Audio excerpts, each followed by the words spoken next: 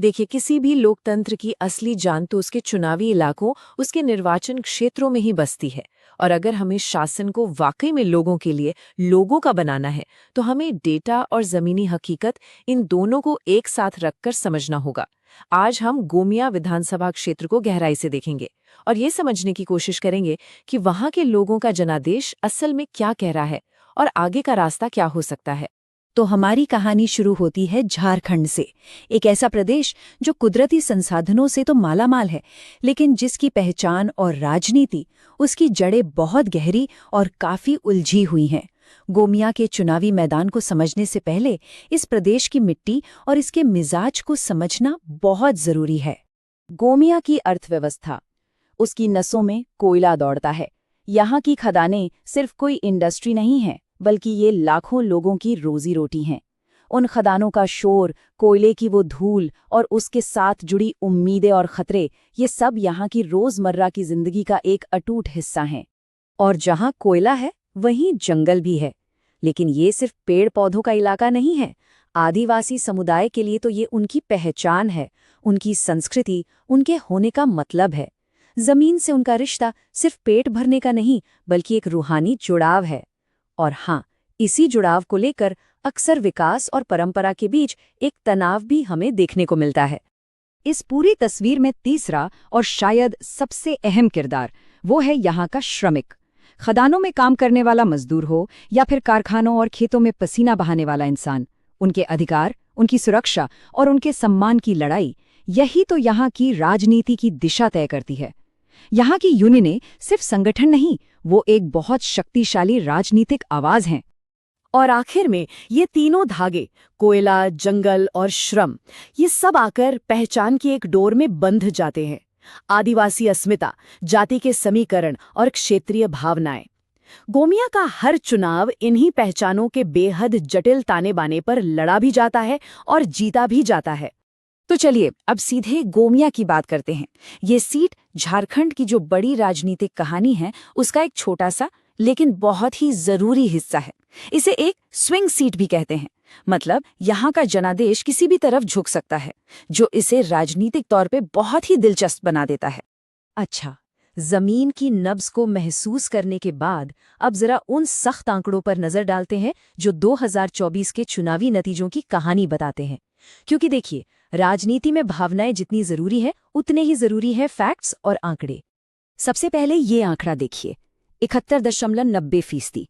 ये है गोमिया का वोटर टर्नआउट। ये राष्ट्रीय औसत से कहीं ज्यादा है। और ये संख्या सिर्फ एक आंकड़ा नहीं, ये अपने आप में एक बयान है। ये बताता है कि यहाँ के वोटर अपने हक को लेकर कितने जागरूक हैं और अपनी मांगों को लेकर कितने मुखर। अब ये दूसरा आंकड़ा 42.19%। ये जेएमएम यानी झारखंड मुक्ति मोर्चा के जो विजयी उम्मीदवार थे, योगेंद्र प्रसाद, उनका वोट शेयर है। जीत तो हुई, लेकिन इस आंकड़े की गहराई को समझिए। इसका मतलब यह है कि करीब 58% वोटर्स ने किसी और को चुना। ये दिखाता है कि जीत के बावजूद इलाके में राजनीतिक विचारों में काफी विविधता है, किसी एक पार्टी का पूरी तरह से दबदबा नहीं है। और ये है जीत का मार्जिन, 36,093 वोट। ये एक निर्णायक अंतर है, जीत को पक्का करता है, लेकिन ये इतना भी बड़ा नहीं है कि आने वाले चुनावों में इसे पाटा न जा सके। ये आंकड़ा हमें यही बताता है कि गोमिया एक कॉम्पिटिटिव सीट बनी हुई है, जहां विपक्ष के लिए भी मौके मौजूद हैं। अब इस पूरे डैशबोर्ड को एक साथ देखिए।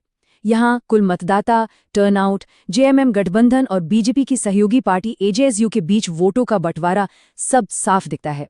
और जो सबसे जरूरी चीज है, वो है सामाजिक समीकरण।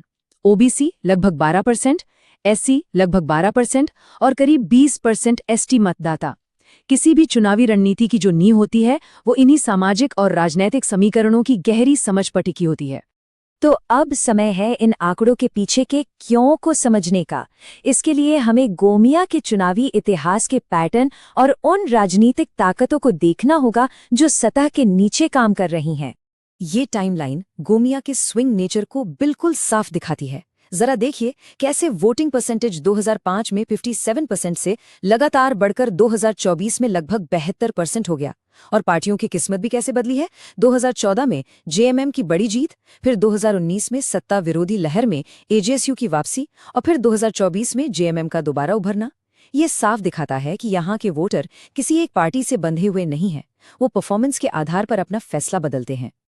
अगर हम सत्ताधारी गठबंधन को अंदर से समझने की कोशिश करें तो उनकी सबसे बड़ी ताकत है आदिवासी और मजदूरों के बीच उनकी गहरी पैठ। लेकिन उनकी कमजोरियां भी साफ हैं। गठबंधन के अंदर ही बिखराव है और एक मजबूत एकजुट स्थानीय मोर्चे की कमी है। मतलब जमीन पर उनकी जो ऑर्गेनिक ताकत है उसे उनकी अपनी ही बनावटी कमजोरियां चुनौती देती हैं। और यहीं पर हमें एक पल रुककर लोकतंत्र के एक बहुत ही मूल सिद्धांत को याद करना होगा। हमारे लोकतंत्र की नींव हर एक व्यक्ति के सम्मान पर, उसकी डिग्निटी पर टिकी है। गोमिया में जो ये बढ़ता हुआ वोटिंग परसेंटेज है, ये सिर्फ एक आंकड़ा नहीं है, ये इस बात का सबूत है कि लोग अपनी आवाज, अपनी गरिमा और अपने मुद्दों को लेकर ज्यादा मुखर हो रहे हैं और वो जिम्मेदारी के साथ अपनी बात रख रहे हैं। तो अब तक हमने स्थिति का विश्लेषण किया, डायग्नोसिस किया। अब हम उन मुख्य पिलर्स को समझने की कोशिश करेंगे जिन पर किसी भी सफल राजनीतिक अभियान की रणनीति टिकी होती है, खासकर गोमिया जैसे क्षेत्र के लिए। देखिए, किसी भी सफल अभियान को 4 अलग-अलग नजरियों से देखना पड़ता है, जो सब मिलकर एक मजबूत और पूरी तरह से जुड़ी हुई रणनीति बनाते हैं।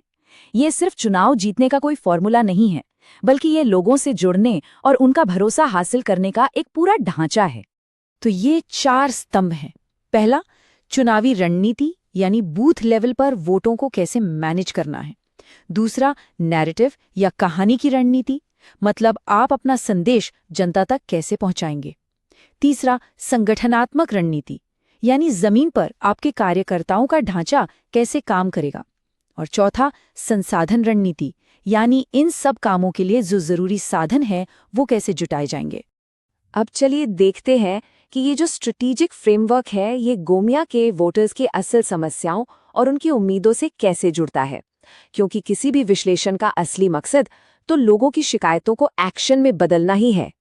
जमीन से एक आवाज उठती है, हमारे युवा पढ़े लिखे तो हैं लेकिन बेरोजगार हैं, हमें सिर्फ खोखले वादे नहीं चाहिए, हमें रोजगार चाहिए। ये सिर्फ एक शिकायत नहीं है, बल्कि इस इलाके की सबसे बड़ी और सबसे जरूरी मांग है, जो हर चुनाव का मुख्य मुद्दा बनती है। डेटा हमें ये बताता है कि बेरोजगारी के मुद्दे पर वही अभियान सफल रहे हैं जिन्होंने खोखले वादों की जगह ठोस कल्याणकारी योजनाओं की बात की। खदान में काम करने वाले श्रमिकों की सुरक्षा और नरेगा की बेहतर मजदूरी जैसे मुद्दे ये सीधे लोगों से कनेक्ट करते हैं। युवा वोटर्स तक आर्थिक अवसर का संदेश पहुंचाना और लेबर यूनियनों के नेटवर्क का इस्तेमाल करना इस मुद्दे पर बातचीत की सबसे बड़ी कुंजी है। एक और गहरी चिंता है जो पहचान से जुड़ी है। ये हमारी जमीन है, हमारा जंगल है। हमें डर है कि बाहरी लोग हमारे अधिकारों पर कब्जा कर रहे हैं। ये जो घुसपैठिए वाली कहानी है, उससे आदिवासी आबादी के मन में अपनी पहचान और अपने संसाधनों को लेकर एक डर पैदा होता है। इस पहचान से जुड़ी चिंता का समाधान करने के लिए अभियानों को पीएसए और वन अधिकार अधिनियमों के संरक्षण पर फोकस करना होता है। बंटवारे की राजनीति का जवाब आदिवासी plus Mahto is equal to Jharkhand की ताकत जैसे एकता के संदेशों से दिया जाता है, और साथ ही सरना धर्म जैसे स्थानीय आस्था के मुद्दों पर सम्मान के साथ बातचीत करना भरोसा बनाने में बहुत मदद करता है। और आज के इस डिजिटल युग में लोगों तक पहुंचना तो बहुत आसान हो गया है, लेकिन इसके साथ एक बहुत बड़ी जिम्मेदारी भी आती है, वोटर्स की प्राइवेसी और उसकी सहमति का सम्मान करना।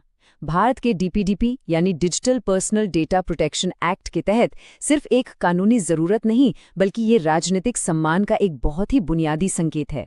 सच्चा कनेक्शन सहमति पर बनता है, निगरानी पर नहीं। अब हम योजना के आखिरी और सबसे जरूरी पड़ाव पर आते हैं। देखिए, एक बेहतरीन रणनीति भी कागज पर ही रह जाती है अगर उसे जमीन पर अनुशासन के साथ उतारा ना जाए। असल में एग्जीक्यूशन ही है जो स्ट्रैटेजी को हकीकत में बदलता है।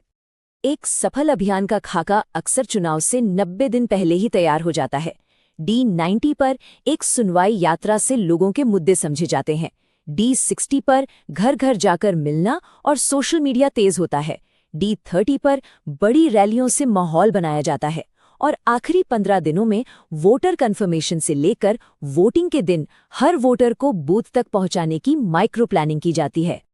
और जमीनी अभियान को ताकत देने के लिए एक मॉडर्न डिजिटल वॉर रूम बहुत जरूरी है। व्हाट्सएप ग्रुप्स के जरिए सीधा संवाद, हिंदी और संथाली जैसी स्थानीय भाषाओं में छोटे शेयर करने लायक वीडियोस और गलत सूचना से लड़ने के लिए एक तेज फैक्ट काउंटर यूनिट। डेटा का इस्तेमाल सिर्फ वोट मांगने के लिए नहीं, बल्कि छोटी छोटी समस्याओं को पहचानकर उन्हें हल करने के लिए भी किया जाता है। और अंत में एक बहुत जरूरी बात, एक सच्चा जनादेश सिर्फ चुनाव जीतकर हासिल नहीं होता, उसे कमाया जाता है। कैसे? डेटा से मिली समझ को ठोस शासन में बदलकर। ऐसा शासन जो हर एक इंसान की जिंदगी को छुए, उसे बेहतर बनाए। इस पूरी कवायद का आखिरी मकसद यही है। यदि आप एक जन केंद्रित नेता बनना चाहते हैं और अपने निर्वाचन क्षेत्र का उत्थान करना चाहते हैं, तो blueprintstrategies.ai से mgr@blueprintstrategies.ai पर संपर्क करें या 08042041602 पर कॉल करें। राजनीति से परे एक उद्देश्य। और मैं आपको इस सवाल के साथ छोड़ जाता हूं, खंडित जनादेश के इस दौर में क्या लोगों की गहरी, डेटा पर आधारित समझ ही एक निर्वाचन क्षेत्र को सही मायनों में एकजुट करने और आगे ले जाने का एकमात्र सच्चा रास्ता है? इस पर सोचिएगा जरूर।